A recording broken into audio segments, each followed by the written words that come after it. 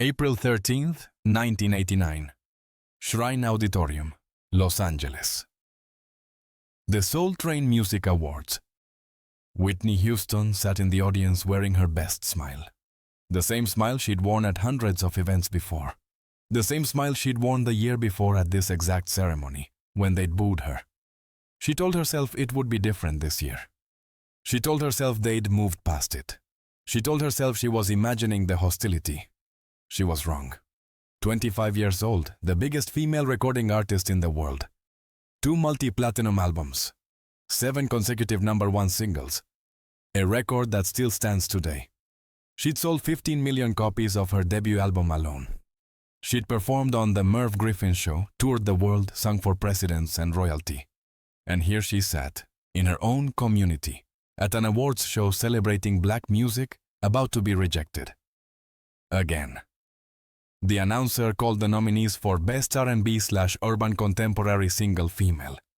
When Michael Jackson's name was read, the audience erupted. Screams. Applause. When Janet Jackson's name was read, more screams. More applause. Then they called Whitney's name, and the boos started. Not just a few scattered jeers, loud, unmistakable boos. The same sound she'd heard at this ceremony the year before. Only this time, it was worse. Louder, more aggressive, more intentional. She sat there, smile frozen on her face, trying to look unbothered while her heart broke. The cameras were on her. She couldn't cry, couldn't show weakness, couldn't show how much it hurt. So she smiled. And inside, something died. They booed her for being too white, for being too pop, for singing songs written by white producers, for being championed by Clive Davis, a white record executive, for crossing over to mainstream success, for not being black enough. Whitney Houston, gospel singer, Baptist church girl from Newark, New Jersey, daughter of Cissy Houston, who'd sung backup for Aretha Franklin, cousin of Dionne Warwick, goddaughter of Aretha herself. Not black enough. Later, she would tell Katie Couric on Dateline what it felt like. "It's horrible," she said. "You have to sit there and be cordial and be smiling like everything is okay. And you are feeling like, oh my God, they're not booing me, are they?" But they were. And she knew it, and in that moment, sitting in the Shrine Auditorium with cameras pointed at her face and her peers rejecting everything she'd worked for, Whitney Houston wanted to quit. Not just the awards show, not just the Soul Train Awards. Everything. Music. Performing. All of it. What was the point of being the biggest star in the world if your own people didn't want you? What was the point of selling millions of records if the black community called you a sellout? What was the point of any of it? Through her tears, which she refused to let fall, Whitney watched the show continue. Performers came and went, awards were presented. And then Bobby Brown took the stage. She'd seen him before, of course. Everyone knew Bobby Brown.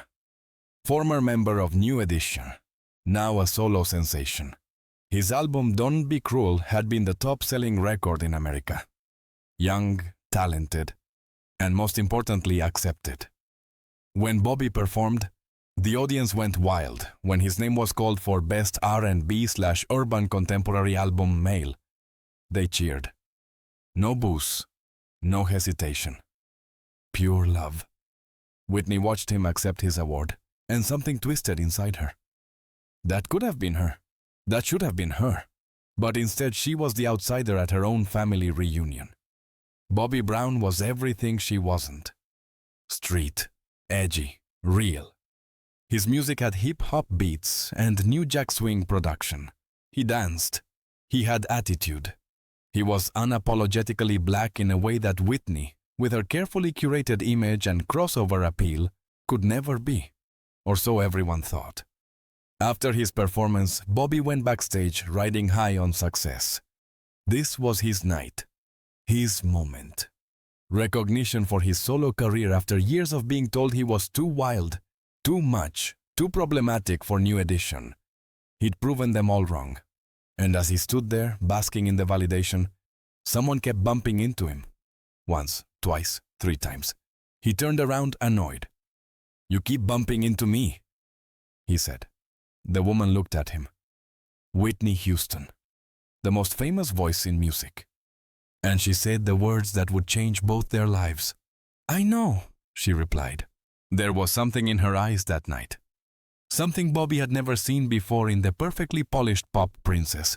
Pain, vulnerability, defiance. She wasn't the Whitney from the album covers and music videos. She was raw, hurt, real.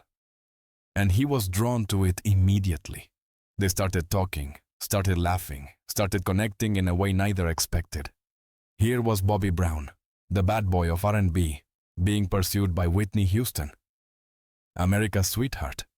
And here was Whitney Houston, still reeling from being booed by her own community, finding comfort in the arms of the one person who represented everything she supposedly wasn't.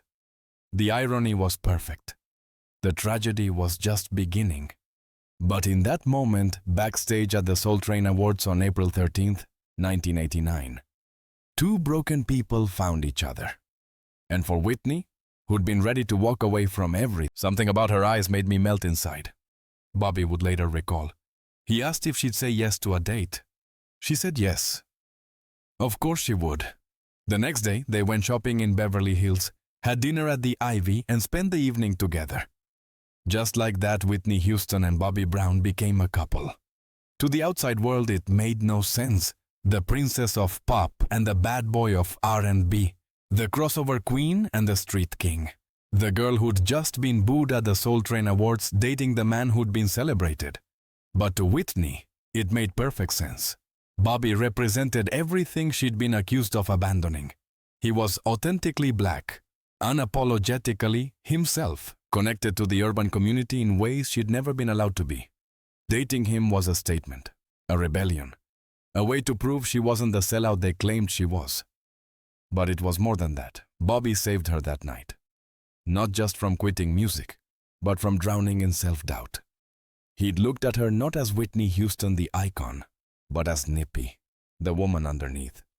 He'd seen her pain and hadn't judged her for it. He'd made her laugh when she wanted to cry. He'd made her feel accepted when her own community had rejected her. And Whitney fell in love. Fast, hard, desperately. Her saxophonist Kirk Whalum would later say about the Soul Train booing, "I don't think she ever recovered from it. It was one of those boxes that was checked. That when she ultimately perished, it was because of those boxes." The pain from that night, the rejection from her community, became a wound that never fully healed. And Bobby Brown became the band-aid she used to cover it. 3 years later, on July 18th, 1992, they married at her mansion in New Jersey. 800 guests. A fairy tale wedding.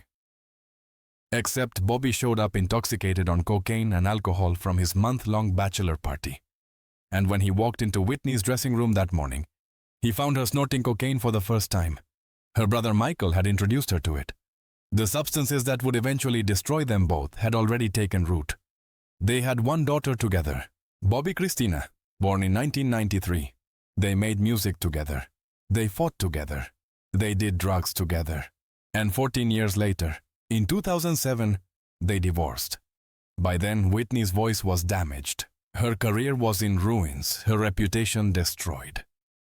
The woman who'd once been America's sweetheart was now known for erratic behavior, drug abuse, and a toxic marriage. Did Bobby Brown destroy Whitney Houston? That's what everyone believed. The bad boy who corrupted the good girl. But the truth was more complicated. Whitney was already struggling that night in 1989. Already hurt. Already questioning everything. Bobby didn't create her pain. He just became part of it. And maybe, just maybe, if the Soul Train Awards hadn't booed February 11th, 2012. The Beverly Hilton Hotel, Beverly Hills. Clive Davis was hosting his annual pre-Grammy party downstairs. Whitney was supposed to attend.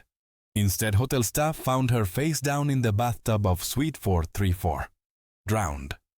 Cocaine, Xanax, cannabis, Benadryl, and Flexeril in her system. 48 years old.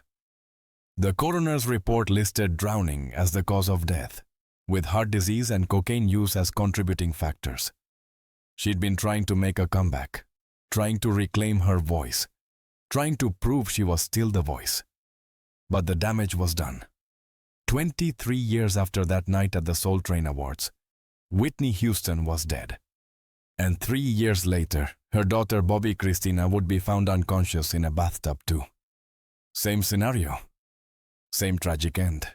22 years old. The sins of the mother visited upon the daughter.